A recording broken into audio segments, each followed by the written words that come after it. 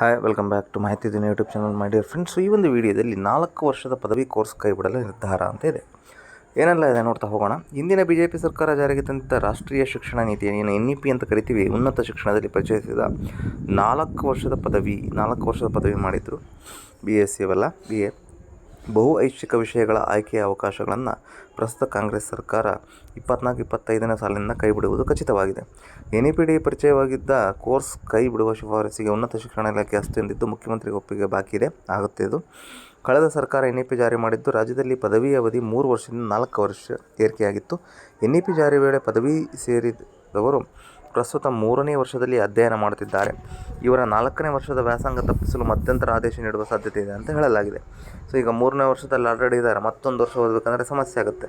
So NEP ಬದಲಿಗೆ ರಾಜ್ಯ ಶಿಕ್ಷಣ SEP ಜಾರಿಗೆ ತರಲು ಅಗತ್ಯ ಕರಡು ರಚಿಸುವಂತೆ ಈಗಿನ ಕಾಂಗ್ರೆಸ್ ಸರ್ಕಾರ ರಚಿಸಿದ್ದ ಸುಖದೇವ್ ಥೋರಾಟ್ ನೇತೃತ್ವದ ಆಯೋಗ ಮಧ್ಯಂತರ ವರದಿಯಲ್ಲಿ 4 ವರ್ಷದ ಪದವಿ ಬಹು ವಿಷಯಗಳ ಆಯ್ಕೆಯ ಅಂಶಗಳನ್ನು ಕೈಬಿಡಲು ಶಿಫಾರಸು ಮಾಡಿದ್ದು, ಈ ಮಧ್ಯಂತರ ವರದಿಗೆ ಉನ್ನತ ಶಿಕ್ಷಣ ಇಲಾಖೆ ಒಪ್ಪಿಗೆ ನೀಡಿದೆ ಅಂತ ಹೇಳಿದೆ. ಸೊ ಮುಖ್ಯಮಂತ್ರಿ ಒಂದು ಬಾಕಿ ಇದೆ.